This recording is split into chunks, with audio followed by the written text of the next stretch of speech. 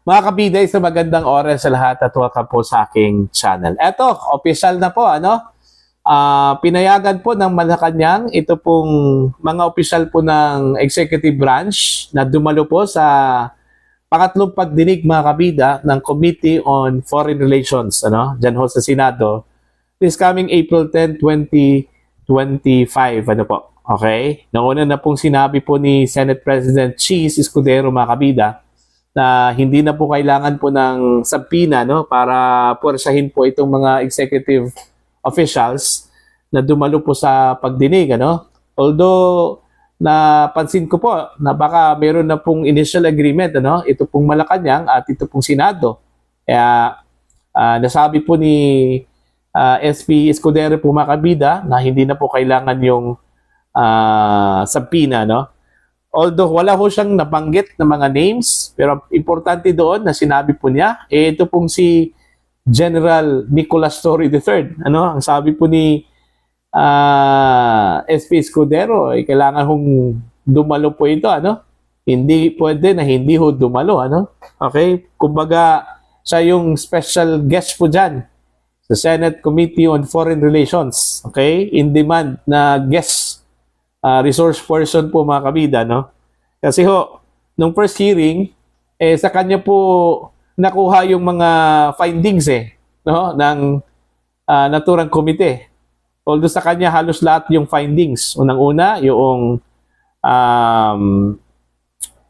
hindi ho pagbigay ng due process kay dating Pangulong Duterte, Okay, yung kanya hong kahilingan ng dating Pangulo na makausap yung kanya hong anak na kanya hong abogado, of his own choice, hindi ho napagbigyan. At yung pagbisita po ni VP Sara po, mga kabida, para po sa kanyang ama, hindi din pinagbigyan, At yung preparasyon ng PNP, okay, bago ho mahuli po itong si dating Pangulong Duterte, kumbaga, mas advanced yung kanilang preparasyon bago ho dumating yung diffusion notice coming from the Interpol. Okay? Kumbaga, meron na pong advance information po itong PNP. Okay? Na baka ho anytime soon, maglabas po ng warrant of arrest po itong International Criminal Court, mga kabida. Kaya, yun po yung rason kung bakit may mga drills, may mga CIMEX, ayan. Although, dininay po nila yon na para po kay Digong, okay, it was just a simple simulation exercise, mga kabida, lalong-lalo na po dyan ho sa Davao City, sa Davao City International Airport. At yung sinabi po na 7,000 police personnel na ide-deploy, okay? Although dininay din yan ng PNP. Pero isang paghahanda na ho daw yun para po sa operasyon. Yung sinatawag po nilang Operation Pursuit. Mas kilala po sa Tagalog na Oplantugis, para po kay dating Pangulong Duterte, mga kabida. So, yun po, abangan po natin si General Torre on April 10. Okay. Sa listahan po na inilabas po ng Malacanang, mga kabida, okay, na pwede hong dumalo dyan ho sa hearing this coming April 10, ay pinangunahan po, mga kabida, ni Justice Secretary Jesus Crispin Rimulya ng DOJ. Tapos ito pong si Prosecutor General Richard Anthony Fadulion, Chief State Counsel Dennis Arvinchan, Foreign Affairs Secretary Enrique Manalo, Philippine Center on Transcrime or Transnational Crime Executive Director Alcantara, Philippine National Police Chief General Romel Francisco Marbil.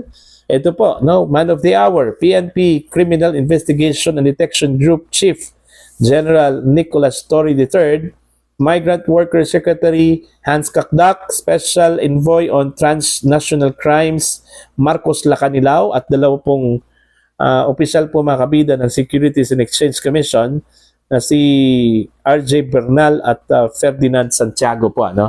Meron lang po akong napansin po dito sa listahan po, mga kabida, nawala yung pangalan po ni DILG Secretary John Vic Rimulya, at ito pong si Defense Secretary um, Gibo Chodoro at yung isang general ng Philippine Air Force na gusto sanang isabina mga kabida ng Committee on Foreign Relations.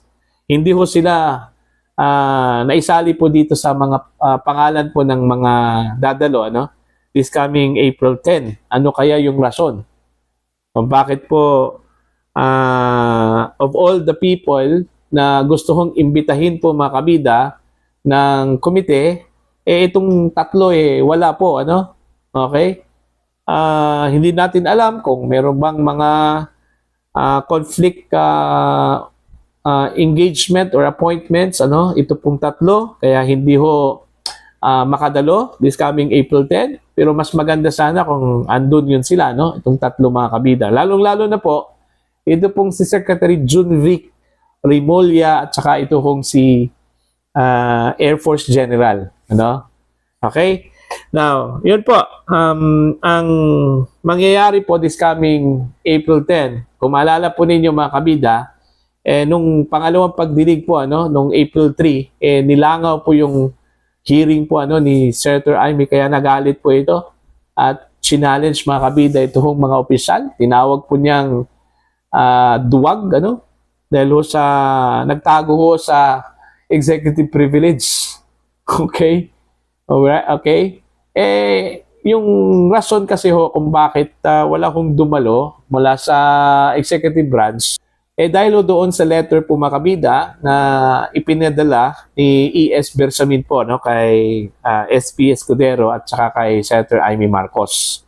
Ang grounds po nila doon is because of the executive privilege at saka ito pong potential violation po ng sub judice rule kaya hindi ho nila pinayagan po itong mga opisyal po nila mga kabida.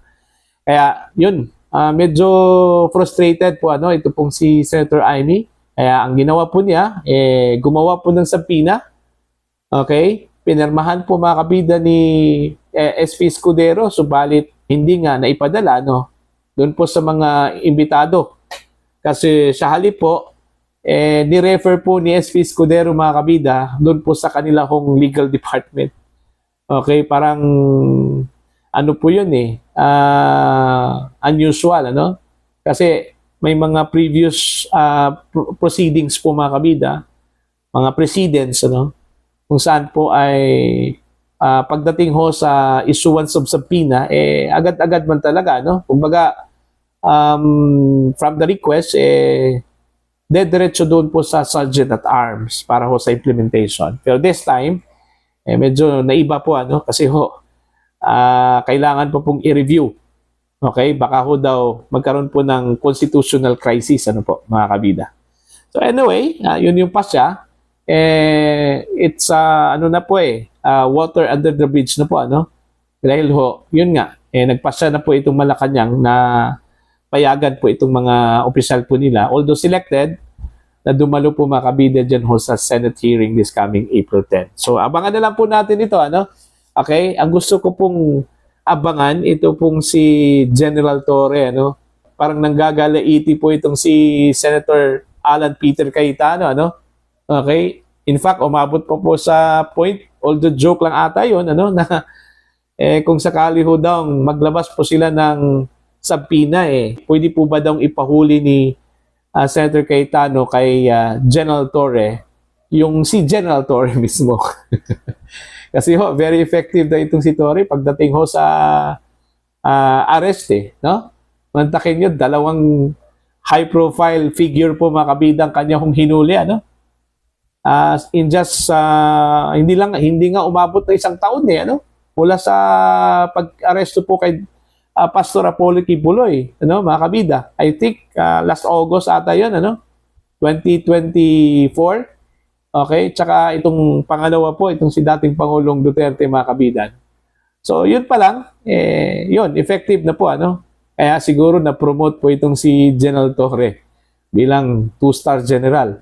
At by the way, gusto ka lang ding i-congratulate ito pong si General Torre kahapon, Kasi ho, kabilang po siya doon po sa mga bagong mga major generals mga kabida na ginawaran po ng parangal ng Pangulong Ferdinand Bongbong Marcos doon po sa palasyo po ng Malacanang. Kitang-kita ko yung mukha po ni Torre po, ano? Napakasaya po mga kabida. Yung kanyang smile sa mukha, ano? Okay? Yung kanyang mga mata na parang napaka-happy talaga, no? Doon po sa kanyang natanggap na promotion, ano? Yun pala yung dahilan, no?